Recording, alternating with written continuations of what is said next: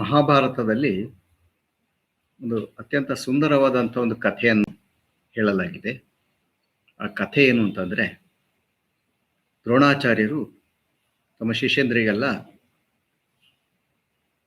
ಬಿಲ್ವಿದ್ಯೆಯನ್ನು ಹೇಳಿಕೊಡ್ತಾ ಇದ್ರು. ಅದರಲ್ಲಿ ಕೌರವರು 101 ಮಂದಿ ಮತ್ತು ಪಾಂಡವರು 5 ಮಂದಿ ಇವರಿದ್ರು. ಎಷ್ಟು ಜನ ಮಕ್ಕಳನ್ನು ಒಟ್ಟು ಸೇರಿಸಿಕೊಂಡು ಒಂದು ಅರಣ್ಯ ಪ್ರದೇಶದ ಪಕ್ಕದಲ್ಲಿ ನದಿ ಹರಿತಾ ಇದೆ. ಅಲ್ಲಿ ಅವರು ಬಿಲ್ವಿದ್ಯೆಯನ್ನ ಅಭ್ಯಾಸ ಮಾಡಿಸ್ತಾ ಇದ್ರು.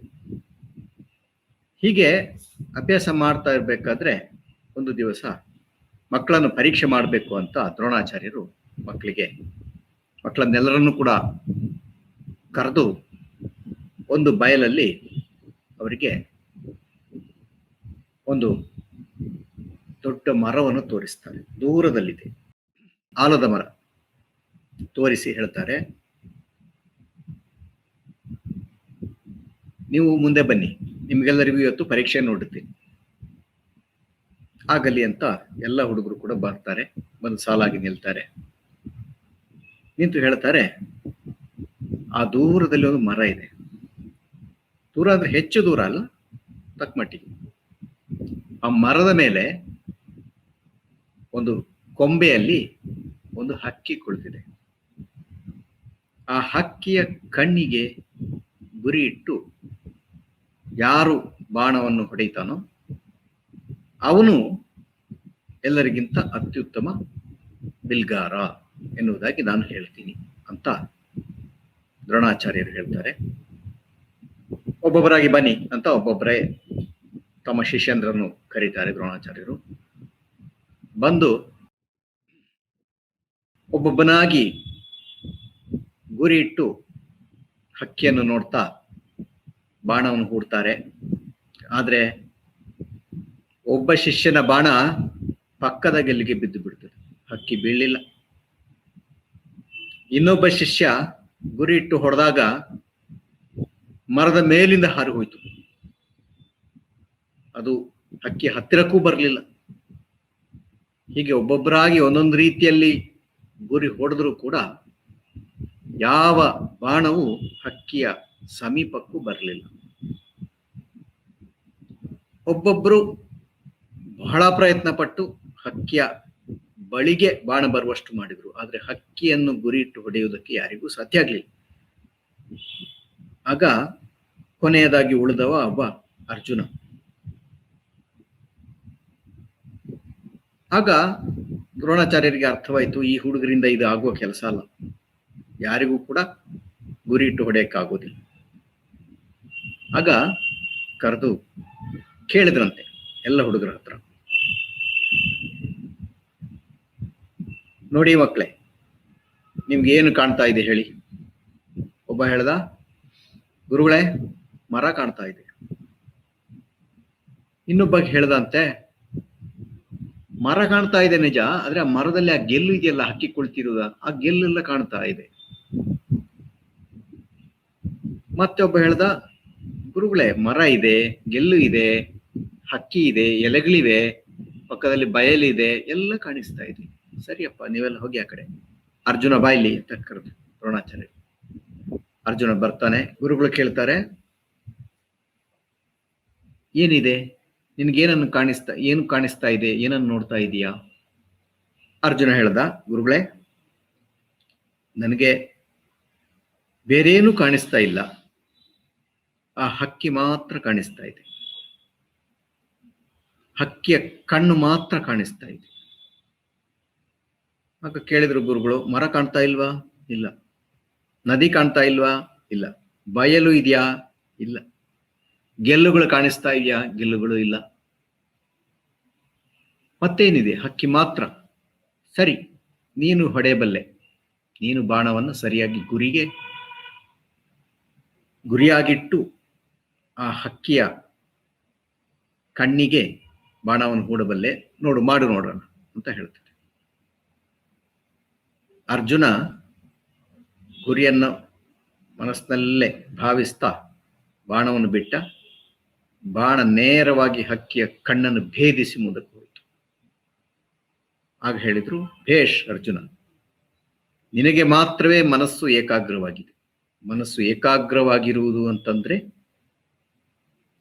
ಒಂದೇ ಕಡೆಯಲ್ಲಿ ನಿಂತಿರುವುದು, ಒಂದೇ ಒಂದು ವಿಷಯವನ್ನು ಕುರಿತು ಚಿಂತಿಸುವುದು, ಅದು ಮನಸ್ಸಿನ ಏಕಾಗ್ರತೆ. ಅರ್ಜುನನಿಗೆ ಗುರಿ ಯಾವುದು ಅಂತ ಗೊತ್ತಿತ್ತು. ಗುರಿ ಯಾವುದು? ಹಕ್ಕಿ, ಹಕ್ಕಿಯ ಕಣ್ಣು ಎಲ್ಲಿದೆ? ಮರದಲ್ಲಿದೆ. ಮರ ಎಲ್ಲಿದೆ? ಸ್ವಲ್ಪ ದೂರದಲ್ಲಿದೆ. ಅದರ ಸುತ್ತಮುತ್ತ ಇದ್ದ ಯಾವುದೇ ವಸ್ತುಗಳನ್ನು ಕೂಡ ಅರ್ಜುನ ಮನಸ್ಸಿಗೆ ತಂದುಕೊಳ್ಳಿಲ್ಲ. ಕೇವಲ ಆ ಹಕ್ಕಿಯ ಕಣ್ಣು ಅಷ್ಟು ಮಾತ್ರ ಅವನ ಮನಸ್ಸಿನಲ್ಲಿ ಇತ್ತು. ಮನಸ್ಸಿಂದ ಉಳಿದ ಎಲ್ಲ ವಸ್ತುಗಳು ಕೂಡ ದೂರಕ್ಕೆ ಹೊರಟು ಹೋದವು. ಅವನು ಅದನ್ನು ಮನಸ್ಸಿನಲ್ಲಿ ಅದನ್ನು ಒಂದನ್ನೇ ಇಟ್ಟುಕೊಂಡು ಗುರಿಯನ್ನು ಭೇದಿಸಿದ. ತನ್ನ ಬಾಣವನ್ನ ಸಮರ್ಥವಾಗಿ ಆ ಹಕ್ಕಿಯ ಕಡೆಗೆ ಬಿಟ್ಟ. ಈ ಕಥೆ ಏನನ್ನು ಸೂಚಿಸ್ತದೆ ಅಂತಂದ್ರೆ, ಮನಸ್ಸಿನ ಏಕಾಗ್ರತೆ ಅಂದ್ರೆ ಹೇಗಿರಬೇಕು, ಯಾವ ರೀತಿ ಏಕಾಗ್ರತೆಯನ್ನು ಹೊಂದಿದ್ದವನ ಮನಸ್ಸು ಚಿಂತಿಸ್ತದೆ, ಅಥವಾ ಯಾವ ರೀತಿ ಅವನ ಮನಸ್ಸು ಇರಬೇಕು, ಇದನ್ನು ಸೂಚಿಸ್ತದೆ.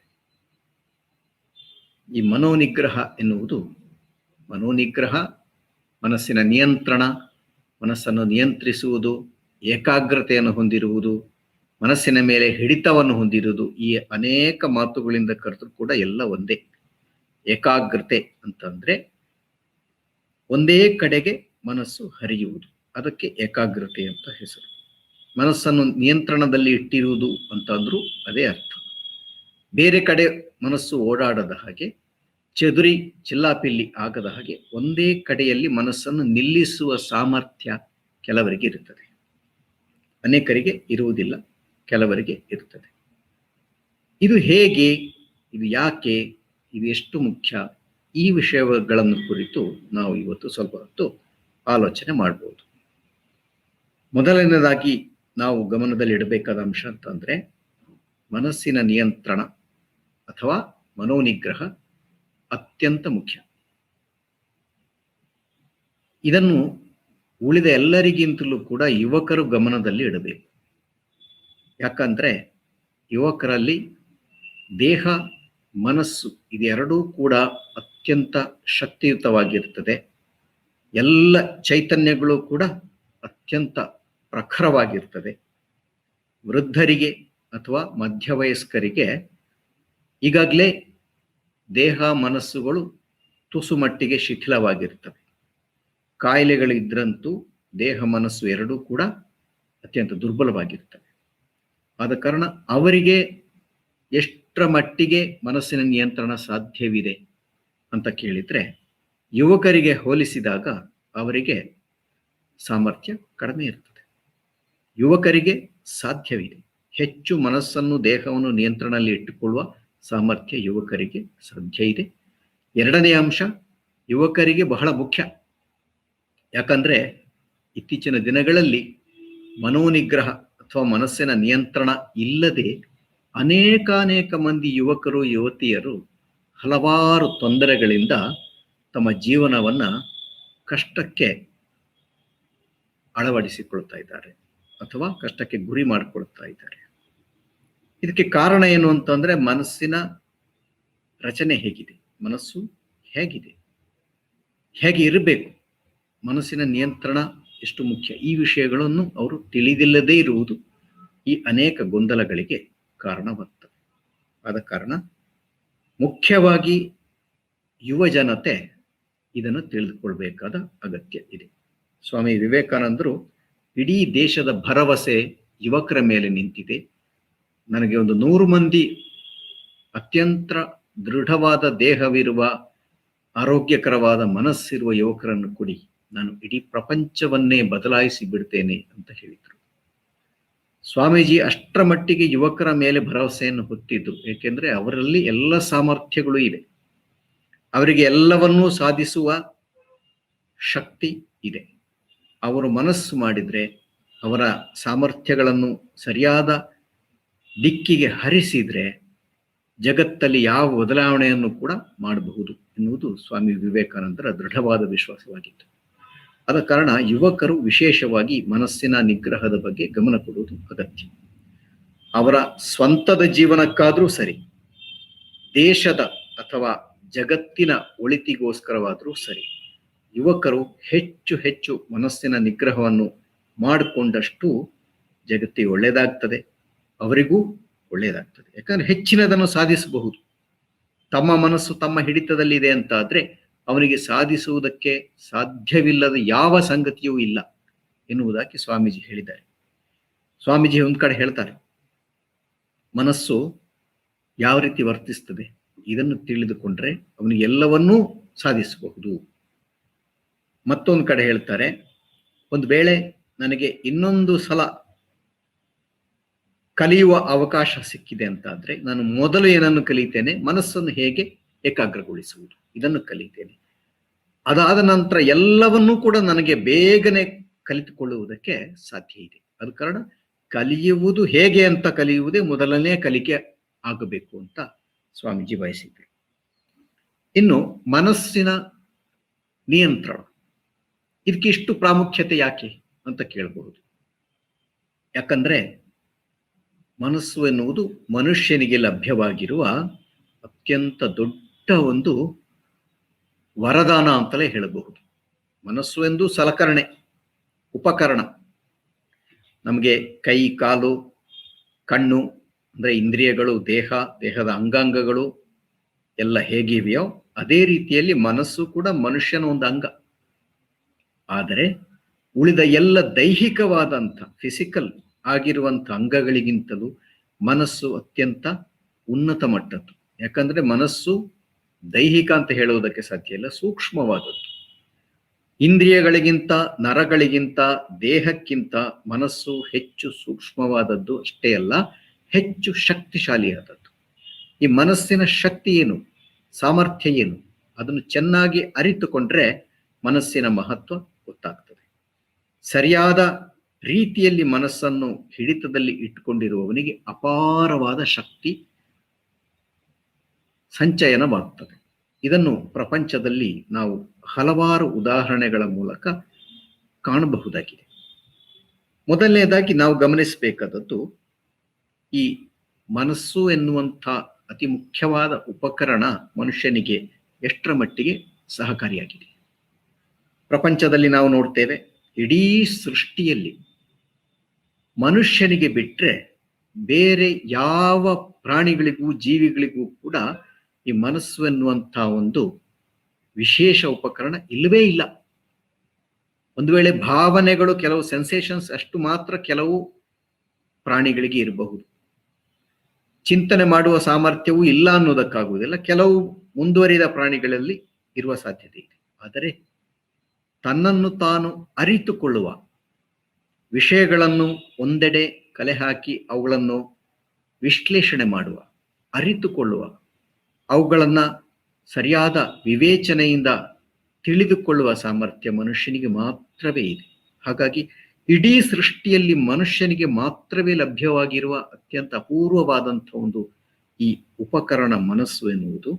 ಅದರ ಬಗ್ಗೆ ನಮಗೆ ಚೆನ್ನಾಗಿ ಅರಿವು ಇಲ್ಲದೆ ಇದನ್ನು ಹೇಗೆ ನಿಯಂತ್ರಿಸುವುದು ಎನ್ನುವುದು ಗೊತ್ತಾಗುವುದಕ್ಕೆ ಸಾಧ್ಯ ಇಲ್ಲ. ಹಾಗಾಗಿ ಮನಸ್ಸು ಅಂದ್ರೆ ಏನು, ನಮ್ಮ ಮನಸ್ಸು ನಮಗೆ ಗೊತ್ತಿಲ್ವೇ ಅಂತ ನೀವೆಲ್ಲ ಪ್ರಶ್ನೆ ಹಾಕಬಹುದು. ಎಲ್ಲರಿಗೂ ಅವರವರ ಮನಸ್ಸು ಗೊತ್ತಿದೆ ಅಂತ ಅವರವರು ಭಾವಿಸ್ತಾರೆ. ಆದರೆ ನಿಜವಾಗಿ ನೋಡಿದ್ರೆ ಮನಸ್ಸಿಗೆಲ್ಲ ಸಮಾನವಾದಂಥ ಒಂದು ಕೆಲವು ಅಂಶಗಳಿವೆ.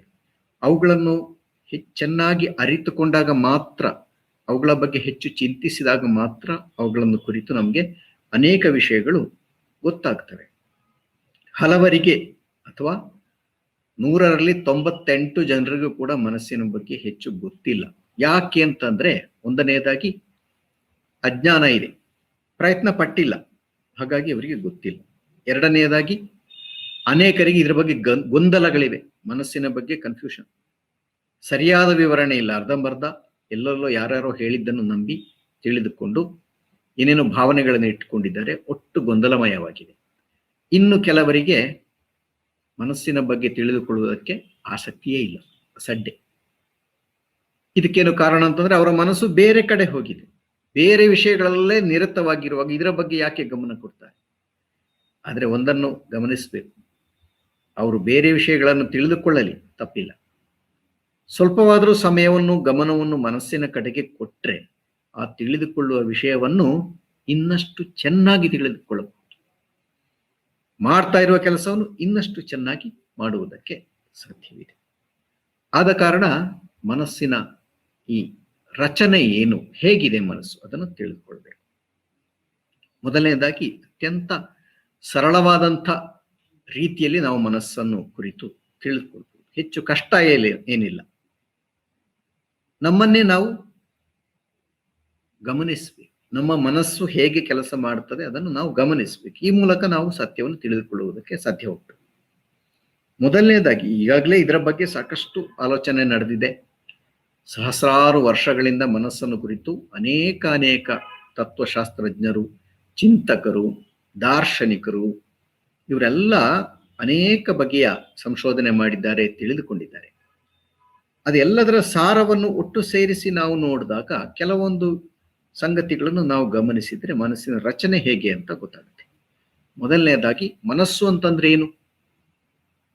ಅದು ಆಲೋಚನೆಗಳ ಒಂದು ಸರಮಾಲೆ. ನಿರಂತರ ಆಲೋಚನೆಗಳು ನಡೀತಾ ಇರ್ತವೆ.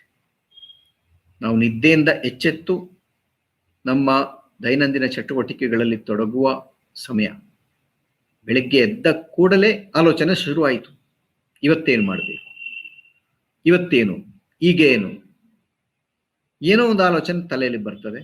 ಅಲ್ಲಿಂದ ಆರಂಭವಾಗಿ ನಾವು ಮತ್ತೆ ನಿದ್ದೆಗೆ ಜಾರುವಲ್ಲಿವರೆಗೂ ಇಡೀ ದಿನ ನಿರಂತರ ಒಂದಲ್ಲ ಆಲೋಚನೆಗಳು ಬರ್ತಾ ಇವೆ. ಈ ಆಲೋಚನೆಗಳ ಸರಣಿಯನ್ನೇ ಮನಸ್ಸು ಅಂತ ನಾವು ಕರೀತೇವೆ. ಇದನ್ನು ಯೋಗಶಾಸ್ತ್ರದಲ್ಲಿ ಚಿತ್ತವೃತ್ತಿ ಅಂತ ಕರೀತಾರೆ. ವೃತ್ತಿ ಅಂದ್ರೆ ಸುಳಿ, ನೀರಿನ ಸುಳಿ ಇದ್ದ ಹಾಗೆ. ಮನಸ್ಸಿನಲ್ಲಿ ಒಂದು ಆಲೋಚನೆ ಬರುತ್ತದೆ, ಹೋಗ್ತದೆ, ಒಂದು ಸುಳಿಯ ಹಾಗೆ ಸುಳಿದು ಹೋಗ್ತದೆ. ಅಂಥ ಒಂದು ವೃತ್ತಿ ಅಂದ್ರೆ ಒಂದು ಆಲೋಚನೆ. ಇಂಥ ಸಾವಿರಾರು ಆಲೋಚನೆಗಳು ಒಂದಾದ ಮೇಲೆ ಬರುತ್ತೆ. ಒಟ್ಟಾಗಿ ಅವು ನುಗ್ಗಿ ಬರುವುದಿಲ್ಲ. ಮನಸ್ಸಿನ ರಚನೆ ಹೀಗಿದೆ, ಒಂದಾದ ಮೇಲೆ ಒಂದು ಬರ್ತದೆ. ಆದ್ರೆ ಮನಸ್ಸಿಗೆ ಇನ್ನು ಬೇರೆ ಕೆಲಸಗಳು ಇವೆ. ಈ ಆಲೋಚನೆ ಮಾಡುವುದು ಒಂದು ಕೆಲಸ. ಅದರ ಜೊತೆಗೆ ಆಲೋಚನೆ ಮಾಡಿದಂಥ ಈ ಆಲೋಚನೆಗಳನ್ನೇ ನಾವು ಗಮನಿಸ್ತೇವೆ. ಮನಸ್ಸು ಎರಡಾಗಿ ಒಡೆದಾಗಾಯಿತು. ಒಂದು ಕೆಲಸ ಆಲೋಚನೆಗಳು ಬರುವುದು, ಇನ್ನೊಂದು ಕೆಲಸ ಈ ಆಲೋಚನೆಗಳನ್ನು ನೋಡುವಂಥದ್ದು. ಅದ್ಯಾರು ನೋಡುವುದು? ಅದೇ ನಮ್ಮ ಮನಸ್ಸು ಎರಡಾಗಿ ಕೆಲಸ ಮಾಡ್ತವೆ. ಒಂದು ಮನಸ್ಸು ಆಲೋಚನೆ ಒಂದೊಂದಾಗಿ ಬರುವಂಥದ್ದು, ಇನ್ನು ಈ ಆಲೋಚನೆಗಳನ್ನು ಗಮನಿಸ್ತಾ ಆಲೋಚನೆಗಳು ಹೇಗಿವೆ, ಏನನ್ನು ಮನಸ್ಸು ಚಿಂತಿಸಿದೆ ಇದನ್ನು ಆಲೋಚಿಸ್ತಾ ಅದನ್ನು ವಿಶ್ಲೇಷಿಸುವ ಕೆಲಸವನ್ನು ಮಾಡ್ತದೆ. ಇದು ಸರಿಯೇ, ಇದು ತಪ್ಪೇ, ಇದು ಒಳ್ಳೆಯದೇ, ಕೆಟ್ಟದೇ, ಇದು ನಿಜವಾದದ್ದೇ, ಸುಳ್ಳೇ, ಯಾವುದು ಉತ್ತಮವಾದದ್ದು, ಯಾವುದು ಕೆಟ್ಟದು, ಹೀಗೆ ಮನಸ್ಸಿನಲ್ಲಿ ಬಂದ ಆಲೋಚನೆಗಳನ್ನೇ ನಾವು ಗಮನಿಸ್ತಾ ತೀರ್ಮಾನಿಸ್ತೇವಲ್ಲ, ಇದು ಮನಸ್ಸಿನ ಎರಡನೆಯ ಕೆಲಸ. ಇದು ಬುದ್ಧಿ ಅಂತ ಕರೆಯಲ್ಪಡ್ತದೆ. ಬುದ್ಧಿಯ ಕೆಲಸ ಏನು? ನಿರ್ಧರಿಸುವುದು ಬುದ್ಧಿ. ಇಂದ್ರಿಯಗಳು ಹೊರಗಿನ ಪ್ರಪಂಚದ ಅನೇಕ ವಸ್ತುಗಳನ್ನೆಲ್ಲ ತಮ್ಮ ಮೂಲಕ ಗ್ರಹಿಸಿ, ಕಣ್ಣು, ಕಿವಿ, ಮೂಗು ಇತ್ಯಾದಿಗಳು ಮನಸ್ಸಿನ ಮುಂದೆ ಇಡ್ತವೆ. ಮನಸ್ಸು ಅವನ್ನೆಲ್ಲ ಭಾವಿಸ್ತದೆ. ಒಳ್ಳೆ ಸುಂದರವಾದ ಹೂವ, ಅತ್ಯಂತ ರುಚಿಕರವಾದ ಒಂದು ತಿಂಡಿ, ಅತ್ಯಂತ ಹಿತಕರವಾದ ಒಂದು ಗಾಳಿ, ಇದನ್ನೆಲ್ಲ ಇಂದ್ರಿಯಗಳು ನಮ್ಮ ಮನಸ್ಸಿನ ಮುಂದೆ ಇಟ್ಟಾಗ ಮನಸ್ಸು ಅದನ್ನೆಲ್ಲ ಭಾವಿಸ್ತದೆ, ಚಿಂತಿಸ್ತದೆ. ವೃತ್ತಿಗಳು ಹೇಳುತ್ತವೆ. ಆಲೋಚನೆಗಳ ಮೂಲಕ ಇವು ಒಂದೊಂದಾಗಿ ನಮ್ಮ ಮನಸ್ಸಿನ ಮೇಲ್ಪದರಕ್ಕೆ ಬರ್ತವೆ. ಇವನ್ನೆಲ್ಲ ಗಮನಿಸ್ತಾ ವಿಶ್ಲೇಷಣೆ ಮಾಡಿ ಈ ಸುಂದರವಾದ ಹೂ ಒಳ್ಳೆಯದೇ, ಕೆಟ್ಟದೇ, ಬೇಕೇ, ಬೇಡವೇ ಇತ್ಯಾದಿ ನಿರ್ಧರಿಸುವ ಕೆಲಸ ಬುದ್ಧಿಯದು. ಹೀಗಾಗಿ ಎರಡು ಕಾರ್ಯಗಳು ಆಯಿತು ಮನಸ್ಸಿನದ್ದು. ಒಂದು ನಿರಂತರ ಆಲೋಚಿಸುವ ಕೆಲಸ, ಎರಡನೆಯದ್ದು ಆಲೋಚಿಸಿದ್ದನ್ನು ವಿಶ್ಲೇಷಣೆ ಮಾಡಿ ಅಥವಾ ಸರಿ ತಪ್ಪು ಇತ್ಯಾದಿಗಳನ್ನು, ಒಳಿತು ಕೆಡುಕು ಇತ್ಯಾದಿಗಳನ್ನು ವಿವೇಚಿಸಿ ಅರಿತುಕೊಳ್ಳುವ ಕೆಲಸ. ಗಮನಿಸ್ತದೆ. ಮನಸ್ಸು ಏನನ್ನು ಚಿಂತಿಸ್ತದೋ ಅದನ್ನು ಅದೇ ಮನಸ್ಸು ಗಮನಿಸ್ತದೆ. ಇದು ಎರಡನೇ ಕಾರ್ಯ, ಬುದ್ಧಿ. ಮೂರನೆಯ ಕೆಲಸ,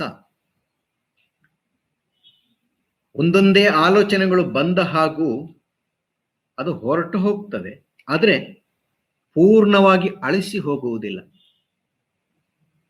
ಮನಸ್ಸಿನಲ್ಲಿ ಪ್ರತಿಯೊಂದೊಂದು ಆಲೋಚನೆಗಳು ಕೂಡ ಸಂಗ್ರಹವಾಗ್ತವೆ. ಯಾವ ರೀತಿ ಸಂಗ್ರಹವಾಗ್ತವೆ ಅಂತಂದ್ರೆ, ಮನಸ್ಸಿನ ಆಳದಲ್ಲಿ ಅದು ಸ್ಟೋರ್ ಆಗಿ ಬಿಡ್ತದೆ, ಸಂಗ್ರಹವಾಗಿ ಬಿಡ್ತದೆ. ಇಡೀ ದಿನ ನಾವು ಆಲೋಚಿಸಿದ ಪ್ರತಿಯೊಂದೊಂದು ಆಲೋಚನೆಯು ಅಲ್ಲಿ ಸಂಗ್ರಹವಾಗ್ತದೆ. ಇಡೀ ದಿವಸ ಯಾಕೆ, ನಾವು ಹುಟ್ಟಿದಂದಿನಿಂದ ಯಾವಾಗ ಆಲೋಚನೆ ಮಾಡುವುದಕ್ಕೆ ಆರಂಭಿಸಿದ್ದೇವೋ ಅಲ್ಲಿಂದ ಇಲ್ಲಿಯವರೆಗೂ ಏನೇನನ್ನು ಆಲೋಚಿಸಿದ್ದೇವೋ ಅದು ಎಲ್ಲವೂ ಕೂಡ ನಮ್ಮ ಮನಸ್ಸಿನ ತಳದಲ್ಲಿ ಅಥವಾ ಆಳದಲ್ಲಿ ಸಂಗ್ರಹವಾಗಿದೆ. ಅದು ಹಾಗೆ ಸಂಗ್ರಹವಾಗಿದ್ದರಿಂದಲೇ ಅದರಿಂದ ಪ್ರತಿಯೊಂದೊಂದು ನೆನಪುಗಳ ರೂಪದಲ್ಲಿ ಮೇಲಕ್ಕೆ, ನಮ್ಮ ಮನಸ್ಸಿನ ಮೇಲ್ಪದರಕ್ಕೆ ಈ ಆಲೋಚನೆಗಳು ಮೂಡಿ ಬರ್ತವೆ. ನೆನಪು ಅಥವಾ ಸ್ಮೃತಿ ಅಂತ ನಾವು ಹೇಳುತ್ತೇವಲ್ಲ, ಅದು ಎಲ್ಲಿಂದ ಬಂತು? ಎಲ್ಲೋ ಆಕಾಶದಿಂದ ಬಂದು ಬೀಳಲಿಲ್ಲ. ನಮ್ಮ ಜನನದಿಂದ ಆರಂಭಿಸಿ ಇಲ್ಲಿಯವರೆಗೆ ಮಾಡಿದ ಎಲ್ಲ ಆಲೋಚನೆಗಳು ಕೂಡ ನಮ್ಮ ಮನಸ್ಸಿನ ಆಳದಲ್ಲಿ ಸಂಗ್ರಹವಾಗಿದ್ದ ಕಾರಣದಿಂದಲೇ ಅಲ್ಲಿಂದ ಆಲೋಚನೆಗಳು ಮೇಲಕ್ಕೆ ಹೇಳ್ತವೆ. ಒಂದು ಒಳ್ಳೆಯ ಒಂದು ಹೋಲಿಕೆ, ಉಪಮೆಯನ್ನು ಕೊಟ್ಟು ಇದನ್ನು ವಿವರಿಸ್ತಾರೆ. ಹೇಗೆ ಅಂತಂದ್ರೆ, ಒಂದು ಕೆರೆಯಲ್ಲಿ ಕೆಸರು ತುಂಬಿದೆ ಅಂತ ಇಟ್ಕೊಳ್ಳಿ. ಮೇಲ್ಭಾಗದಲ್ಲಿ ತುಂಬಾ ನೀರಿದೆ, ತಳದಲ್ಲಿ ಕೆಸರಿದೆ. ಆ ಕೆಸರಿನಿಂದ ಒಂದೊಂದೇ ಗುಳ್ಳೆಗಳು ಮೇಲೆ ಏಳುತ್ತಾ ಬರ್ತವೆ. ಆ ಗುಳ್ಳೆಗಳನ್ನೇ ನೆನಪುಗಳು ಅಂತ ಕರಿಬಹುದು. ಕೆಸರನ್ನೇ ಚಿತ್ತ ಅಂತ ಕರಿಬಹುದು. ಮನಸ್ಸಿನದ್ದೇ ಒಂದು ಭಾಗ. ನೀರನ್ನು ಮನಸ್ಸಿನ ಮೇಲ್ಪದರ ಅಂತ ಕರಿಬಹುದು. ತಳದಿಂದ ಅಥವಾ ಕೆಸರಿನಿಂದ ಗುಳ್ಳೆಗಳು ಏಳುವ ಹಾಗೆ ಮನಸ್ಸಿನ ಆಳದಲ್ಲಿ ಇರುವ ಚಿತ್ತದಿಂದ, ಚಿತ್ತ ಅಂದ್ರೆ ಸ್ಟೋರ್ ಹೌಸ್, ಗೋಡೌನ್ ಅಂತ ಹೇಳ್ತೇವೆ, ಎಲ್ಲ ವಸ್ತುಗಳನ್ನು ಸಂಗ್ರಹಿಸಿಡುವ ಜಾಗ. ಅದೇ ರೀತಿಯಲ್ಲಿ ಮನಸ್ಸಿನಲ್ಲಿ ಎಲ್ಲ ಆಲೋಚನೆಗಳು ಕೂಡ ಈ ಚಿತ್ತಕ್ಕೆ ಹೋಗಿ ಸೇರ್ಕೊಂಡ್ಬಿಟ್ಟು ಅನಾದಿ ಕಾಲದಿಂದಲೇ ಅವೆಲ್ಲ ಸಂಗ್ರಹಗೊಂಡಿದೆ. ಅಲ್ಲಿಂದ ನೆನಪುಗಳು ಗುಳ್ಳೆಯಾಗಿ ಹೇಳ್ತಾ ಇರ್ತವೆ. ಇದು ಮನುಷ್ಯನ ಮನಸ್ಸಿನ ಒಂದು ರಚನೆ. 3 ಅಂಶಗಳಾಯಿತು. 1, ಮನಸ್ಸಿನ ಆಲೋಚನೆಗಳು. 2, ಮನಸ್ಸಿನ ಇನ್ನೊಂದು ಕಾರ್ಯ ಬುದ್ಧಿ ಅಥವಾ ವಿಶ್ಲೇಷಣೆ ಮಾಡಿ ತಿಳಿದುಕೊಳ್ಳುವ ಸಾಮರ್ಥ್ಯ. 3ನೇದ್ದು ಎಲ್ಲ ಆಲೋಚನೆಗಳು ಸಂಗ್ರಹವಾಗಿರುವುದು, ಅದು ಚಿತ್ತ. ಇನ್ನು 4ನೆಯ ಒಂದು ಸಂಗತಿ ಇದೆ ಮನಸ್ಸಿಗೆ ಸಂಬಂಧಪಟ್ಟ ಹಾಗೆ, ಅದೇ ಅಹಂಕಾರ. ನಾವು ಕೆಟ್ಟ ಅರ್ಥದಲ್ಲಿ ಅಹಂಕಾರ, ನಿನಗೆ ಅಹಂಕಾರ ಜಾಸ್ತಿ ಅಂತ ಬೈಯುವುದು ಉಂಟು. ಆದ್ರೆ ಅದನ್ನು ನಾವು ಅಹಂಕಾರ ಅಂತ ಇಲ್ಲಿ ಹೇಳ್ತಾ ಇಲ್ಲ. ಮನಸ್ಸಿಗೆ ಸಂಬಂಧಪಟ್ಟಾಗೆ ಅಹಂಕಾರ ಅಂತ ಅಂದ್ರೆ ನಮ್ಮ ಮನಸ್ಸಿನಲ್ಲಿ ನಿರಂತರವಾಗಿ ನಾನು ನಾನು ನಾನು ಎನ್ನುವ ಭಾವನೆ ಮೂಡ್ತಾ ಇರ್ತದೆ. ಇದು ಬ್ಯಾಕ್ಗ್ರೌಂಡ್ ಮ್ಯೂಸಿಕ್ ಅಂತ ನಾವು ಕೇಳ್ತೇವಲ್ಲ, ಸಂಗೀತಗಾರರು ಮೃದಂಗ, ಘಟ ಇತ್ಯಾದಿಗಳನ್ನೆಲ್ಲ ಬಾರಿಸ್ತಾ ಇರ್ತಾರೆ, ಹಾಡುವವರು ಹಾಡ್ತಾ ಇರ್ತಾರೆ, ಹಿನ್ನೆಲೆಯಲ್ಲಿ ಒಂದು ತಂಬೂರಿ ಬಾರಿಸ್ತಾ ಇರ್ತಾರೆ, ಅದು ಬ್ಯಾಕ್ಗ್ರೌಂಡ್ ಮ್ಯೂಸಿಕ್. ಅದೇ ರೀತಿಯಲ್ಲಿ ಮನಸ್ಸಿನ ಹಿನ್ನೆಲೆಯಲ್ಲಿ ಯಾವಾಗಲೂ ನಿರಂತರ ನಾನು ನಾನು ಎನ್ನುವ ಭಾವನೆ.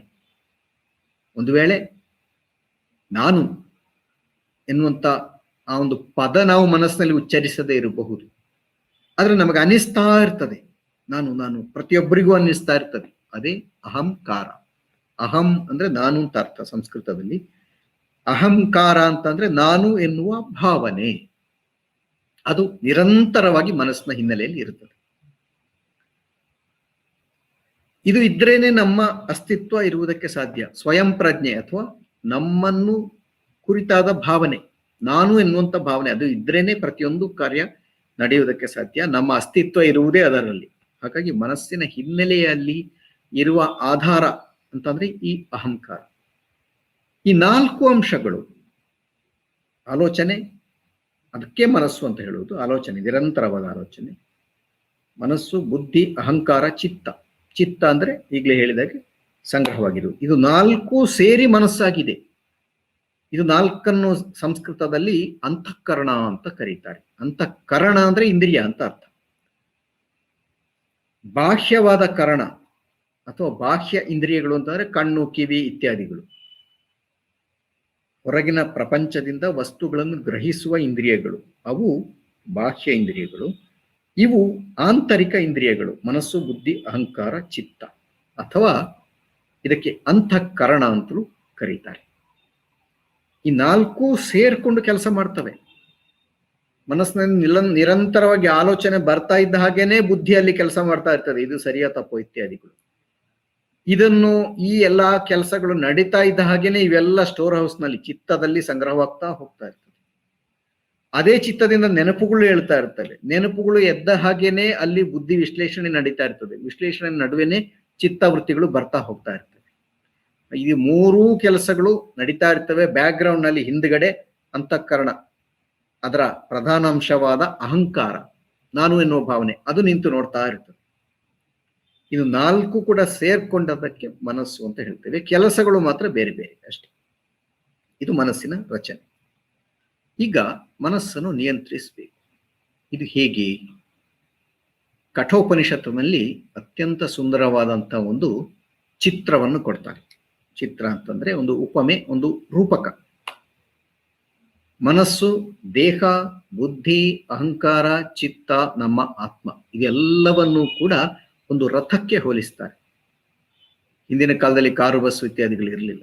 ಆಗ ರಥವೇ ಪ್ರಧಾನವಾದ ವಾಹನ. ಒಂದು ಕಡೆಯಿಂದ ಇನ್ನೊಂದು ಕಡೆ ಕುದುರೆಯ ಮೇಲೆ ಸವಾರಿ ಮಾಡಿಕೊಂಡು ವಾಹನ ಮಾಡ್ತಾ ಇದ್ರು. ಸಾಗಣೆ, ಒಂದು ಊರಿಂದ ಇನ್ನೊಂದು ಊರಿಗೆ ಹೋಗ್ತಿದ್ರು. ಅಥವಾ ಕುದುರೆಗಳನ್ನು ಒಂದು ರಥಕ್ಕೆ ಕಟ್ಟಿ ಅದು ಜನರನ್ನು ಸಾಗಿಸ್ತಾ ಇತ್ತು. ಅನೇಕರಿಗೆ ಕುದುರೆ ಸವಾರಿ ಬರ್ತಿರ್ಲಿಲ್ಲ, ಅಂಥವರೆಲ್ಲ ರಥದಲ್ಲಿ ಹೋಗ್ತಿದ್ರು. ಅಥವಾ ದೊಡ್ಡ ದೊಡ್ಡ ವ್ಯಕ್ತಿಗಳು, ಯಾರಲ್ಲಿ ರಥವನ್ನು ಇಟ್ಟುಕೊಳ್ಳುವ, ಕುದುರೆಗಳನ್ನು ಸಾಕುವ ಸಾಮರ್ಥ್ಯ ಇರ್ತದೋ ಅವರು ಕುದುರೆಯಲ್ಲಿ ಹೋಗ್ತಿದ್ರು. ಈ ರಥವನ್ನು ನಮ್ಮ ಇಡೀ ದೇಹ, ಮನಸ್ಸು, ಇಂದ್ರಿಯ ಇತ್ಯಾದಿಗಳಿಗೆ ಹೋಲಿಸಿಕೊಂಡು ಅಲ್ಲಿ ಕಠೋಪನಿಷತ್ತಿನಲ್ಲಿ ಹೇಳ್ತಾರೆ. ಏನು ಹೇಳಲಾಗಿದೆ ಅಂತಂದ್ರೆ, ಒಂದು ಕುದುರೆ, ಒಂದು ರಥ ಸಾಗಬೇಕಾದ್ರೆ ಅದರಲ್ಲಿ ಏನೆಲ್ಲ ಇರಬೇಕು? ಮೊದಲನೇದಾಗಿ ರಥವನ್ನು ಎಳೆಯುವುದಕ್ಕೆ ಕುದುರೆಗಳು ಇರಬೇಕು. 3, 4, 5 ಕುದುರೆಗಳು. ಎಷ್ಟು ಜಾಸ್ತಿ ಕುದುರೆ ಇರ್ತವೆ ಅಷ್ಟು ವೇಗವಾಗಿ ಅವು ಎಲ್ಲವೂ ಕೂಡ ರಥವನ್ನು ಎಳೆದುಕೊಂಡು ಹೋಗುವುದಕ್ಕೆ ಸಾಧ್ಯವಾಗುತ್ತೆ. ಎರಡನೆಯದಾಗಿ ಆ ಕುದುರೆಗಳನ್ನು ನಿಯಂತ್ರಿಸುವುದಕ್ಕೆ ಕಡಿವಾಣ ಇರಬೇಕು. ಒಂದು ಹಗ್ಗವನ್ನ ಅದರ ಮೂಗಿಗೆ ಕಟ್ಟಿ ನಿಯಂತ್ರಿಸ್ತಾರೆ. ಆಮೇಲೆ ರಥವನ್ನು ನಡೆಸುವ ಸಾರಥಿ ಇರಬೇಕು. ನಡೆಸುವವನೊಬ್ಬರು ಬೇಕೇ ಬೇಕು, ಗೊತ್ತಿರಬೇಕು ಅವನಿಗೆ ಕುದುರೆಯನ್ನು ಹೇಗೆ ನಿಗ್ರಹಿಸಬೇಕು, ಕಡಿವಾಣವನ್ನು ಹೇಗೆ ಎಳಿಬೇಕು, ಈ ಕಡೆಗೆ ಆ ಕಡೆಗೆ ರಥವನ್ನು ತಿರುಗಿಸ್ಬೇಕಾದ್ರೆ ಯಾವ ಕುದುರೆಯನ್ನು ಎತ್ತ ಎಳಿಬೇಕು, ಅದೆಲ್ಲ ಅವನಿಗೆ ಗೊತ್ತಿರ್ಬೇಕಾಗ್ತದೆ, ಅಂತವನು ಸಾರಥಿ. ಆಮೇಲೆ ಆ ದೇಹ, ರಥ ಅದು ಇರಬೇಕು. ಮರದ ರಥವೋ ಯಾವ್ಯಾವುದೋ ಅಂಗಗಳಿಂದ ಮಾಡಿರ್ತಾರೆ ಅಂತ ರಥ ಇರಬೇಕು. ಕೊನೆಯದಾಗಿ ಎಲ್ಲ ಇರುವುದು ಯಾರಿಗೋಸ್ಕರ? ರಥದಲ್ಲಿ ಒಂದು ಊರಿಂದ ಅಥವಾ ಒಂದು ಪ್ರದೇಶದಿಂದ ಇನ್ನೊಂದು ಪ್ರದೇಶಕ್ಕೆ ಹೋಗುವಂತ ಆ ರಥದ ಮಾಸ್ಟರ್ ಅಂತ ಹೇಳ್ತಾರೆ, ರಥಿಕ, ಅಥವಾ ರಥದಲ್ಲಿ ಸವಾರಿ ಮಾಡುವಂತ ಒಬ್ಬ ವ್ಯಕ್ತಿ ಇರಬೇಕು. ಸಾರಥಿ ಅಲ್ಲ, ಅವನು ಮಾಸ್ಟರ್ ಅಥವಾ ಸವಾರ. ರಥದಲ್ಲಿ ಪ್ರಧಾನವಾಗಿ ಸಂಚರಿಸುವಂಥವನು ಅವನು ಬೇಕು. ನಮ್ಮ ಈ ದೇಹವನ್ನು ಈ ರಥಕ್ಕೆ ಹೋಲಿಸಿದ್ದಾರೆ. ಉಪನಿಷತ್ತಿನಲ್ಲಿ ಹೇಳ್ತಾ ಇದೆ, ಆತ್ಮಾನಂ ರಥಿನಂ ವಿದ್ಧಿ. ರಥಿ ಅಂದ್ರೆ ರಥದಲ್ಲಿ ಸಂಚರಿಸುವವನು, ರಾಜನೋ ಮಂತ್ರಿಯೋ ಯಾರೋ ದೊಡ್ಡ ವ್ಯಕ್ತಿ, ಅವನಿಗೋಸ್ಕರ ಪ್ರತಿಯೊಂದೂ ಇದೆ. ಹಾಗಾಗಿ ನಮ್ಮ ಆತ್ಮವೇ ಈ ರಥದಲ್ಲಿ ಸಂಚರಿಸುವಂಥ ವ್ಯಕ್ತಿ. ಆತ್ಮಾನಂ ರಥಿನಂ ವಿದ್ಧಿ ಶರೀರಂ ರಥಮೇವತು. ಈ ದೇಹವೇ ರಥ. ಬುದ್ಧಿಂತು ಸಾರಥಿಂ ವಿದ್ಧಿ. ಸಾರಥಿ ಯಾರು? ಬುದ್ಧಿ. ಸಾರಥಿ ಅಂದ್ರೆ ಇಡೀ ರಥವನ್ನು ನಡೆಸುವಂಥವನು ಬುದ್ಧಿ. ಬುದ್ಧಿಗೆ ಪ್ರತಿಯೊಂದನ್ನು ನಿಯಂತ್ರಿಸುವ ಶಕ್ತಿ ಇದೆ. ಹಾಗಾಗಿ ಅವನೇ ಸಾರಥಿ. ಮನಃ ಪ್ರಗ್ರಹ ಮೇವಚ. ಮನಸ್ಸು ಪ್ರಗ್ರಹ ಅಂತ ಅಂದ್ರೆ ಕಡಿವಾಣ. ಕಡಿವಾಣ ಯಾವುದು ಅಂತಂದ್ರೆ ಮನಸ್ಸು. ಇನ್ನು ಈ ರಥಕ್ಕೆ ಕಟ್ಟಿರುವ ಕುದುರೆಗಳಿವೆ ಅಲ್ಲ, ಅವು ಏನು ಅಂತ ಕೇಳಿದ್ರೆ ಅವು ಇಂದ್ರಿಯಗಳು. ಇಂದ್ರಿಯಾಣಿ ಹಯಾನಾಹುಹು ಅಂತ ಹೇಳ್ತಾರೆ. ಈಗ ಕಡಿವಾಣವನ್ನು ಸಾರಥಿ ಕೈಯಲ್ಲಿ ಹಿಡಿದು ನಡೆಸಬೇಕು. ಸಾರಥಿ ಅಂದ್ರೆ ಬುದ್ಧಿ. ಬುದ್ಧಿ ಮನಸ್ಸನ್ನು ನಿಯಂತ್ರಣದಲ್ಲಿ ಇಡಬೇಕು. ಯಾಕಂದ್ರೆ ಬುದ್ಧಿ ಮನಸ್ಸನ್ನು ಗಮನಿಸ್ತದೆ, ನಾವೀಗಲೇ ನೋಡಿದ್ದೇವೆ. ಹಾಗೆ ಗಮನಿಸಿದ ಮನಸ್ಸು, ಗಮನಿಸಿದ ಬುದ್ಧಿ, ಮನಸ್ಸು ಎಲ್ಲೆಲ್ಲೋ ಹೋಗದ ಹಾಗೆ ಅದನ್ನು ಕಡಿವಾಣವನ್ನು ಸಾರಥಿ ಹೇಗೆ ಕೈಯಲ್ಲಿ ಹಿಡಿದಿರ್ತಾನೋ ಹಾಗೆ ಹಿಡಿದಿರ್ಬೇಕು. ಹಾಗೆ ಹಿಡಿದು ಅದನ್ನು ಸರಿಯಾದ ದಾರಿಯಲ್ಲಿ ನಡೆಸಬೇಕು. ಕಡಿವಾಣ ಸರಿಯಾದ ರೀತಿಯಲ್ಲಿ ನಿಗ್ರಹದಲ್ಲಿದ್ದರೆ ಕುದುರೆಗಳು ಎಲ್ಲೆಲ್ಲೋ ಹೋಗೋದಿಲ್ಲ. ಹಾಗೆ ಮನಸ್ಸು ಸರಿಯಾದ ರೀತಿಯಲ್ಲಿ ಬುದ್ಧಿಯ ಹಿಡಿತದಲ್ಲಿದ್ದರೆ ನಮ್ಮ ಇಂದ್ರಿಯಗಳು ಎಲ್ಲೆಲ್ಲೋ ಹೋಗುವುದಿಲ್ಲ. ಇಂದ್ರಿಯದ ಸ್ವಭಾವ ಏನು? ಹೊರಗಡೆ ಹೋಗುವುದು. ಇದೇ ಕಠೋಪನಿಷತ್ತು ಇನ್ನೊಂದು ಕಡೆ ಹೇಳುತ್ತೆ, ಪರಾಂಚಿ ಖಾನಿ ವ್ಯತೃಣತ್ ಸ್ವಯಂಭೂ ಅಂತ.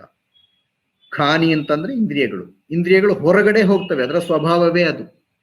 ಅದರ ರಚನೆಯನ್ನೇ ಹಾಗೆ ಮಾಡಿದ್ದಾರೆ. ಒಂದು ಸುಂದರವಾದ ವಸ್ತು ನೋಡಿದ್ರೆ ಕಣ್ಣು ಅದನ್ನೇ ನೋಡುತ್ತದೆ. ಒಳ್ಳೆಯ ವಾಸನೆ ಬಂದು ಬಿಟ್ರೆ ನಮ್ಮ ಘ್ರಾಣೇಂದ್ರಿಯ ಅಥವಾ ಮೂಗು ಆ ಕಡೆಗೆ ಹೋಗುತ್ತದೆ. ಮನಸ್ಸು ಹಿಡಿತದಲ್ಲಿದ್ರೆ, ಬುದ್ಧಿಯ ಹಿಡಿತದಲ್ಲಿದ್ರೆ ಮನಸ್ಸಿಗೆ ಹೇಳ್ತದೆ, ನೋಡಪ್ಪ ಅದು ವಾಸನೆ ಏನೋ ಚೆನ್ನಾಗಿದೆ, ಆದ್ರೆ ನಿನ್ನ ದೇಹಕ್ಕೆ ಅದನ್ನು ತಿಂದ್ರೆ ಕೆಟ್ಟದಾಗ್ತದೆ, ಹೋಗ್ಬೇಡ ಆ ಕಡೆ ಅಂತ ಬುದ್ಧಿ ಮನಸ್ಸಿಗೆ ಹೇಳ್ತದೆ. ಇದು ಕಡಿವಾಣವನ್ನು ಕೈಯಲ್ಲಿ ಹಿಡಿದ ಸಾರಥಿಯ ಹಾಗೆ. ಆಗ ಏನಾಗ್ತದೆ, ಇಂದ್ರಿಯಗಳು ತಮ್ಮ ಕೆಲಸವನ್ನು ಮಾಡಿದ್ರೂ ಕೂಡ ಮನಸ್ಸು ಹೇಳ್ತದೆ, ಹೋಗಲ್ಲ, ನನಗೆ ಯಾವ ಸಿಹಿ ತಿಂಡಿ ಆದ್ರೂ ಬೇಡ, ಎಷ್ಟೇ ಸ್ಮೆಲ್ ಇರಲಿ ಬೇಕಾಗಿಲ್ಲ. ಯಾಕಂದ್ರೆ ಬುದ್ಧಿ ಇಲ್ಲಿ ಬಿಡ್ತಾ ಇಲ್ಲ, ಬುದ್ಧಿ ಹೇಳ್ತಾ ಇದ್ದಾನೆ ಇದು ಒಳ್ಳೇದಲ್ಲ, ಹಾಗಾಗಿ ಬರಲ್ಲ. ಈಗ ನಿಯಂತ್ರಣದಲ್ಲಿರುವ ಮನಸ್ಸು ಇಂದ್ರಿಯವನ್ನು ಎಲ್ಲೆಲ್ಲೋ ಹೋಗಕ್ಕೆ ಬಿಡುವುದಿಲ್ಲ. ನಿಯಂತ್ರಣ ತಪ್ಪಿದಂಥ ಇಂದ್ರಿಯಗಳು ಏನ್ ಮಾಡ್ತವೆ? ಅವು ತನಗೆ ಕಂಡ ಕಡೆಗೆ ಹೋಗ್ತವೆ. ಮನಸ್ಸನ್ನು, ಬುದ್ಧಿಯನ್ನು ಎಲ್ಲವನ್ನು ಎಳ್ಕೊಂಡು ಹೋಗ್ತದೆ. ಅದು ಹೇಗೆ ಅಂತಂದ್ರೆ, ಇದೇ ಉಪನಿಷತ್ತಿನಲ್ಲಿ ಬಹಳ ಸುಂದರವಾಗಿ ಹೇಳ್ತಾರೆ, ಕಡಿವಾಣವನ್ನು ಸರಿಯಾದ ರೀತಿಯಲ್ಲಿ ಸಾರಥಿ ಕೈಯಲ್ಲಿ ಹಿಡಿದು ನಡೆಸದೆ ಹೋದ್ರೆ ಏನಾಗ್ತದೆ? ಕಡಿವಾಣಗಳು ನಿಯಂತ್ರಣ ತಪ್ಪುತ್ತವೆ, ಕುದುರೆಗಳು ಎಲ್ಲೆಲ್ಲೋ ಹೋಗ್ತವೆ. ಎಲ್ಲೆಲ್ಲೋ ಹೋದ್ರೆ ರಥ ರಸ್ತೆಯಲ್ಲಿ ಸಾಗುವ ಬದಲಾಗಿ ಹಳ್ಳಕ್ಕೆ ಬೀಳುತ್ತದೆ. ಆಗ ರಥ ಹಳ್ಳಕ್ಕೆ ಬಿದ್ದರೆ ರಥದಲ್ಲಿ ಕುಳಿತಿರುವವನು ಕೂಡ ಹಳ್ಳಕ್ಕೆ ಬೀಳ್ತಾನೆ. ಆದ ಕಾರಣ ನಿಯಂತ್ರಣ ತಪ್ಪಿದ್ರೆ ಸಂಪೂರ್ಣ ಸರ್ವನಾಶ ಆಗುತ್ತದೆ. ಆದ ಕಾರಣ ನಿಯಂತ್ರಣ ತಪ್ಪಬಾರದು. ನಿಯಂತ್ರಣವನ್ನು ಹಿಡಿದಿಟ್ಟುಕೊಳ್ಳುವ ಕೆಲಸ ಯಾರ್ದು? ಬುದ್ಧಿಯದ್ದು. ಬುದ್ಧಿ ಅಂತಂದ್ರೆ ಸಾರಥಿಯೇ ಹಾಗೆ, ಅವನು ಬಹಳ ಮುಖ್ಯ ಇಲ್ಲಿ. ಇಡೀ ರಥದ ನಿಯಂತ್ರಣ ಅವನ ಕೈಯಲ್ಲಿದೆ. ಆ ಇಡೀ ರಥದ ಯಜಮಾನ ಅಥವಾ ಮಾಸ್ಟರ್ ಅಂತ ಹೇಳುವ ಆ ರಥಿಕ ಇದ್ದಾನಲ್ಲ, ರಥದಲ್ಲಿ ಸವಾರಿ ಮಾಡುವವನು, ಅವನು ಎಷ್ಟೇ ಮುಖ್ಯ ವ್ಯಕ್ತಿಯಾಗಿದ್ರು ಕೂಡ ಎಲ್ಲವನ್ನು ನಿಯಂತ್ರಿಸುವುದು ಬುದ್ಧಿ. ಆದ ಕಾರಣ ಬುದ್ಧಿ ಅಥವಾ ವಿವೇಕ ಬಹಳ ಮುಖ್ಯ. ಇಡೀ ಮನಸ್ಸಿನ ಆ ರಚನೆಯಲ್ಲಿ ಮನಸ್ಸನ್ನು ನಿಯಂತ್ರಣದಲ್ಲಿ ಇಡುವುದಕ್ಕೆ ಪ್ರಧಾನವಾದ ಕಾರ್ಯ ಯಾರದ್ದು ಅಂತಂದ್ರೆ ಈ ಬುದ್ಧಿಯದ್ದು. ಬುದ್ಧಿ ನೆಟ್ಟಗಿದ್ರೆ ನಾವು ನೆಟ್ಟಗಿರ್ತೇವೆ, ನಮ್ಮ ಇಂದ್ರಿಯ ನೆಟ್ಟಗಿರ್ತದೆ, ನಮ್ಮ ದೇಹ ನೆಟ್ಟಗಿರ್ತದೆ, ಪ್ರತಿಯೊಂದು ಕೂಡ ಒಂದು ಹಿಡಿತದಲ್ಲಿ ಇರ್ತದೆ. ಇದನ್ನು ಯಾರ್ಯಾರು ಮಾಡಬೇಕು ಅಂತ ಕೇಳಿದಾಗ ಯುವಕರು ಮಾಡಬೇಕು, ಸರಿ ಹೇಳಿದ್ದೇವೆ. ಆದರೆ ನಮ್ಮ ಸಮಾಜದಲ್ಲಿ, ನಮ್ಮ ಜೀವನದಲ್ಲಿ ಪ್ರತಿಯೊಂದೊಂದು ಹಂತದಲ್ಲೂ ಕೂಡ ಈ ನಿಗ್ರಹ ಎನ್ನುವುದು ಬಹಳ ಮುಖ್ಯ. ಸಾಮಾನ್ಯ ಬದುಕಿಗೆ ಪ್ರತಿಯೊಬ್ಬರಿಗೂ ಬೇಕು. ಯಂತ್ರದಲ್ಲಿ ಕೆಲಸ ಮಾಡುವವರು ಅವರ ನಿಯಂತ್ರಣ ಅಥವಾ ಮನಸ್ಸಿನಲ್ಲಿ ಹಿಡಿತ ತಪ್ಪಿದ್ರೆ ಕೈ ಕಟ್ಟಾದೀತು, ರಕ್ತ ಬಂದೀತು, ಅಥವಾ ಯಂತ್ರ ಕೆಟ್ಟು ಹೋದಿತ್ತು, ಕೆಲಸ ಕೆಟ್ಟು ಹೋದಿತ್ತು, ಜೀವನದಲ್ಲಿ ಸಂಬಳವನ್ನು ಕಟ್ ಮಾಡ್ತಾರೆ. ಹೀಗೆಲ್ಲ ನಾನಾ ತೊಂದರೆಗಳನ್ನು ಅನುಭವಿಸಬೇಕಾಗ್ತದೆ. ಆದ ಕಾರಣ ಸಾಮಾನ್ಯ ಜೀವನ ಮಾಡುವುದಕ್ಕೂ ಕೂಡ ನಿಗ್ರಹ ಬಹಳ ಮುಖ್ಯ. ಶ್ರೀರಾಮಕೃಷ್ಣರು ಒಂದು ಒಳ್ಳೆ ತಾಯಿಯ ಉದಾಹರಣೆಯನ್ನು ಕೊಡ್ತಾರೆ. ತಾಯಿ ಒಬ್ಳು ಕೆಲಸ ಮಾಡ್ತಾ ಇದ್ಲಂತೆ. ಅವಲಕ್ಕಿ ಕುಟ್ಟುವ ಯಂತ್ರವನ್ನು ಇಟ್ಕೊಂಡು ಅವಲಕ್ಕಿ ಮಾಡ್ತಾ ಇದ್ಲು. ಆಗಾಗ ಅವಲಕ್ಕಿಯನ್ನು ಮುಂದಕ್ಕೆ ಮುಂದಕ್ಕೆ ತಳ್ಳಬೇಕು, ಆ ಕೆಲಸ ಮಾಡ್ಬೇಕು. ಅದರ ಜೊತೆಗೆ ಮಗು ಬಂದು ಅಲ್ಲಿ ಹಠ ಮಾಡ್ತಾ ಇದೆ, ಮಗುವಿಗೆ ಮೊಲೆ ಕುಡಿಸ್ಬೇಕು, ಅದೊಂದು ಕೆಲಸ. ಅದರ ಜೊತೆಯಲ್ಲಿ ಗಿರಾಕಿಗಳು ಬಂದು ನನಗೊಂದು kg ಅವಲಕ್ಕಿ ಕೊಡಿ ಅದು ಕೇಳ್ತಾ ಇರ್ತಾರೆ. ಅವರಿಗೆ ಅಳದು ಸುರಿದು ಅದನ್ನು ಕೊಡ್ಬೇಕು, ದುಡ್ಡನ್ನು ಸಂಗ್ರಹಿಸ್ಬೇಕು. ಅದರ ಮಧ್ಯೆ ಇನ್ಯಾರೋ ಬಂದು ಏನನ್ನೋ ಕೇಳ್ತಾರೆ, ಅವರಿಗೆ ಉತ್ತರ ಕೊಡಬೇಕು. ಇಷ್ಟೂ ಕೆಲಸಗಳನ್ನು ಏಕಕಾಲದಲ್ಲಿ ಮಾಡ್ತಾಳೆ. ಮಧ್ಯೆ ಮಧ್ಯೆ ಅವಲಕ್ಕಿಯನ್ನು ಮುಂದಕ್ಕೆ ತಳ್ಳಬೇಕು. ಸ್ವಲ್ಪ ಹೆಚ್ಚು ಕಡಿಮೆ ಆದ್ರೆ ಅವಲಕ್ಕಿಯನ್ನ ಮಾಡುವ ಯಂತ್ರ ಅವಳ ಕೈಯನ್ನೇ ಕತ್ತರಿಸಿ ಬಿಟ್ಟಿತ್ತು. ಗಮನ ಪೂರ್ತಿ ಅಲ್ಲಿರಬೇಕು. ಇದರ ಮಧ್ಯೆ 4 ಕೆಲಸಗಳನ್ನು ಮಾಡಬೇಕು. ಅದು ಹೇಗೆ ಸಾಧ್ಯ? ಅವಳಿಗೆ ಅಭ್ಯಾಸದಿಂದ ರೂಢಿಸಿಕೊಂಡಿದ್ದಾಳೆ. ಮನಸ್ಸಿನ ಅರ್ಧ ಭಾಗ ಯಂತ್ರದ ಕಡೆಗೆ, ಇನ್ನೊಂದು ಭಾಗ ಮಗುವಿನ ಕಡೆಗೆ, ಇನ್ನೊಂದು ಭಾಗ ಅಲ್ಲಿ ಬಂದ ಗಿರಾಕಿಗಳ ಕಡೆಗೆ. ಇದೆಲ್ಲವನ್ನು ಕೂಡ ಸರಿದೂಗಿಸಿಕೊಂಡು ಹೋಗುವ ಆಕೆಯ ಅದ್ಭುತವಾದಂಥ ಮನಸ್ಸಿನ ನಿಯಂತ್ರಣ ಎಂಥದ್ದು ನೋಡಿ. ಹೀಗೆ ಸಾಮಾನ್ಯ ಜೀವನದಲ್ಲಿ ಪ್ರತಿಯೊಬ್ಬರೂ ಕೂಡ ಅವರವರ ಕೆಲಸವನ್ನು ಮಾಡುವುದಕ್ಕೆ ಮನಸ್ಸನ್ನ ಸರಿಯಾದ ರೀತಿಯಲ್ಲಿ ನಿಗ್ರಹದಲ್ಲಿ ಇಟ್ಕೋಬೇಕು.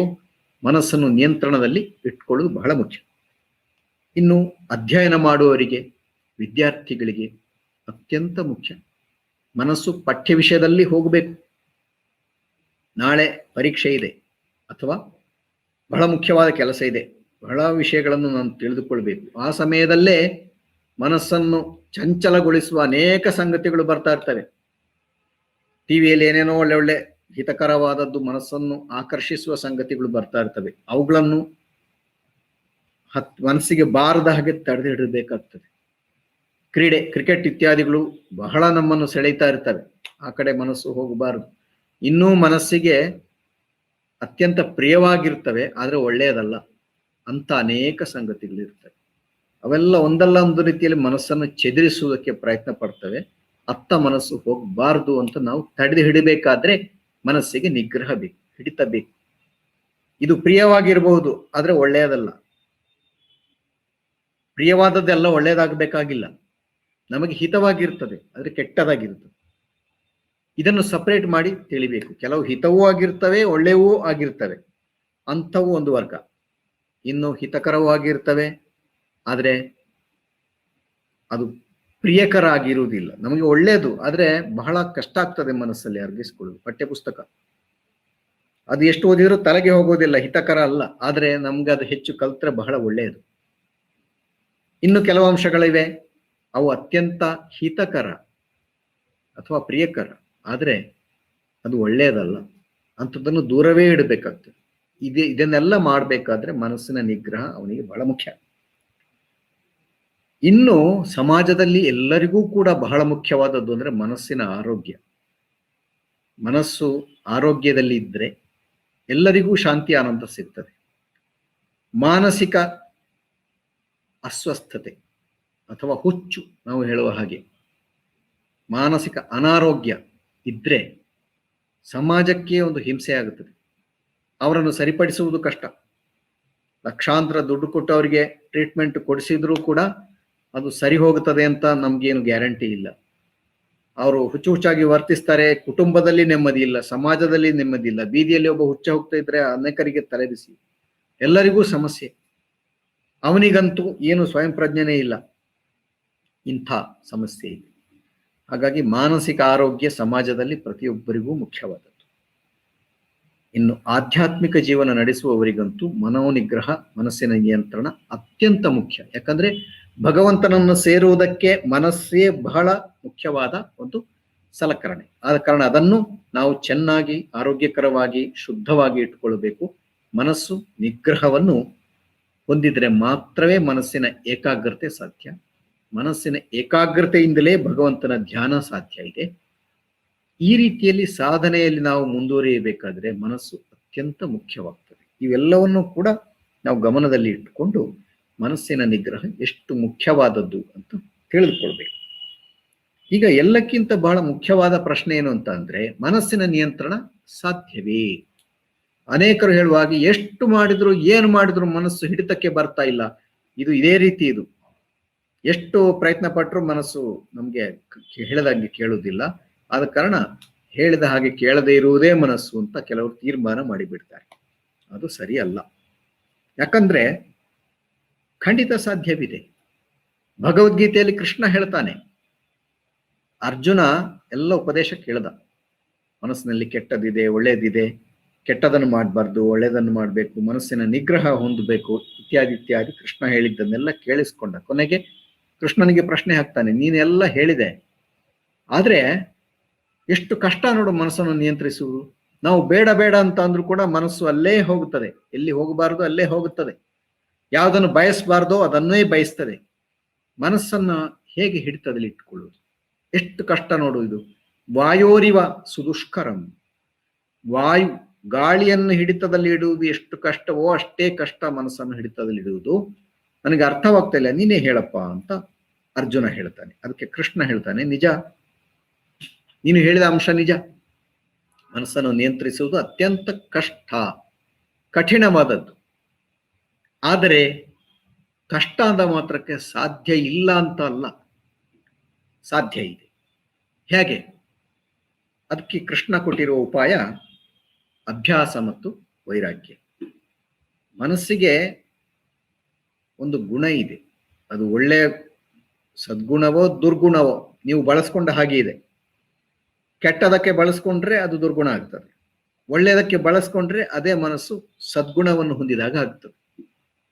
ಏನು ಈ ಗುಣ ಅಂತಂದ್ರೆ, ಒಂದೇ ಸಂಗತಿಯನ್ನು ಮತ್ತೆ ಮತ್ತೆ ಮತ್ತೆ ಆವರ್ತಿಸಿದ್ರೆ, ಪದೇ ಪದೇ ಒಂದನ್ನೇ ಮಾಡಿದ್ರೆ ಅದು ಮನಸ್ಸಿನಲ್ಲಿ ಒಂದು ಸ್ವಭಾವವಾಗಿ ಬಿಡ್ತದೆ. ಮನಸ್ಸು ಅದನ್ನೇ ಮತ್ತೆ ಮತ್ತೆ ಮಾಡ್ತದೆ.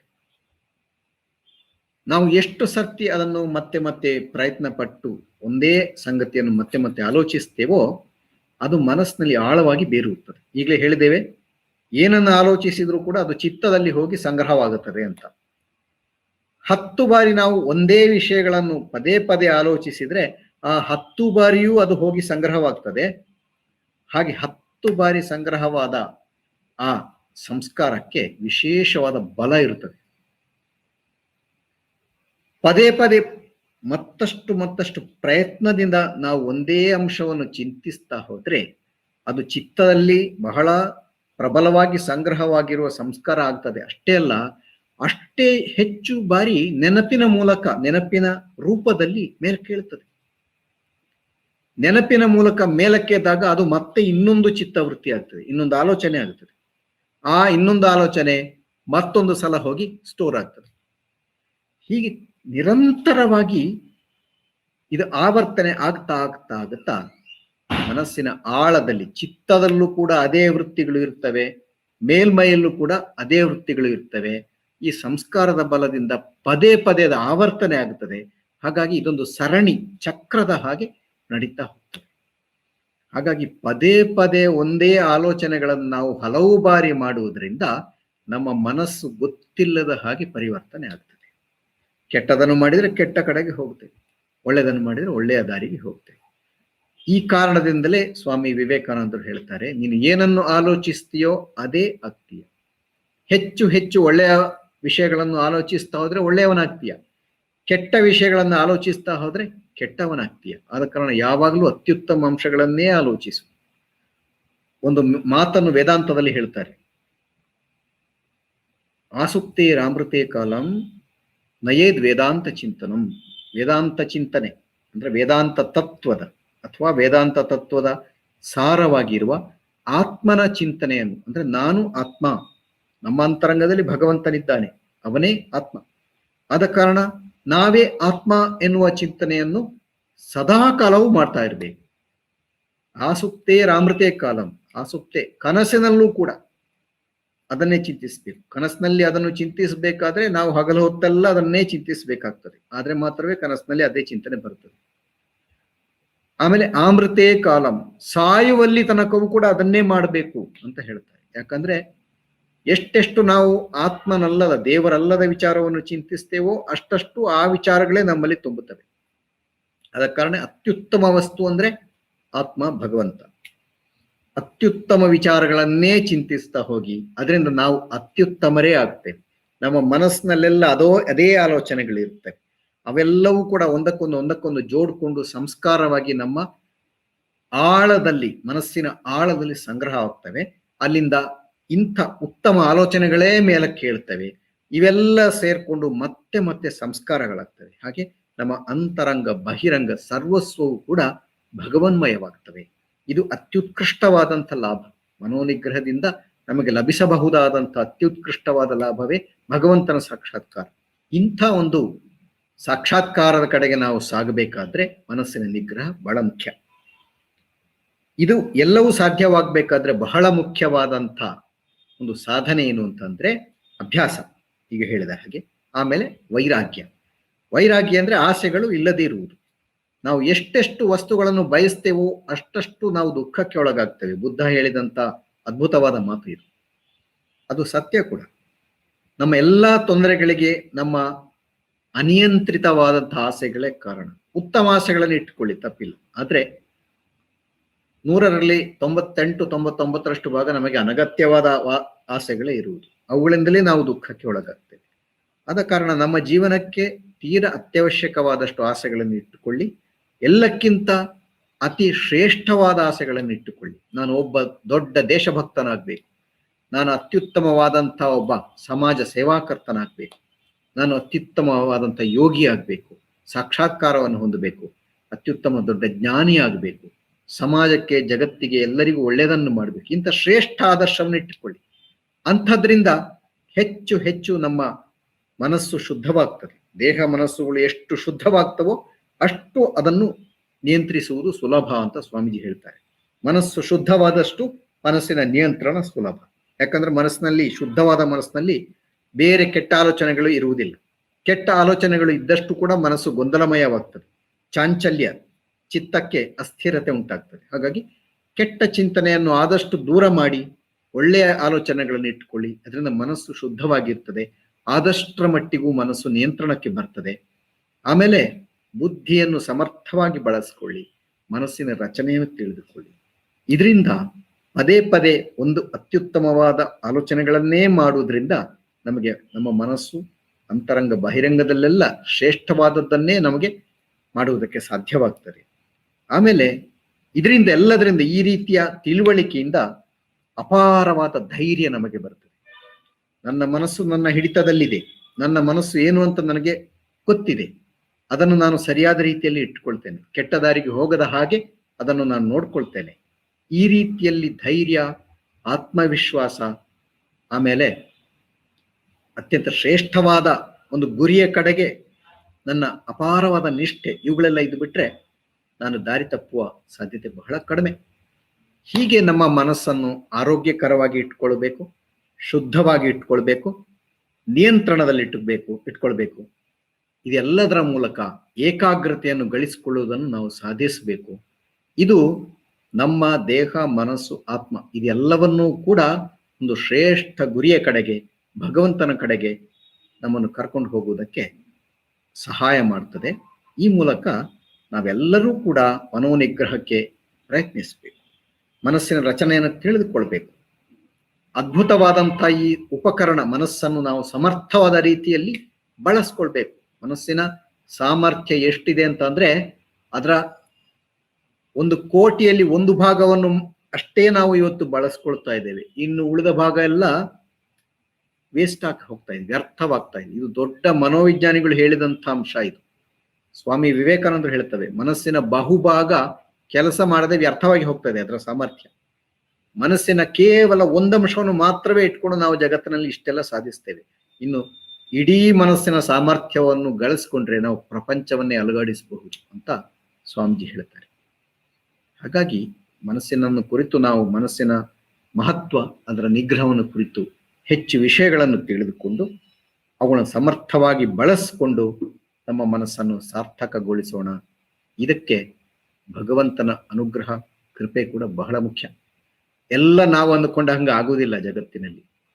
ಅದಕ್ಕೆ ಭಗವಂತನ ಕಡೆಯಿಂದ ಶಕ್ತಿ ಬಂದ್ರೆ ನಿಜವಾಗಿಯೂ ನಮ್ಮ ಸಾಮರ್ಥ್ಯ, ನಮ್ಮ ಪ್ರಯತ್ನ ವಿಶೇಷವಾಗಿ ಅದು ಕೆಲಸ ಮಾಡ್ತದೆ.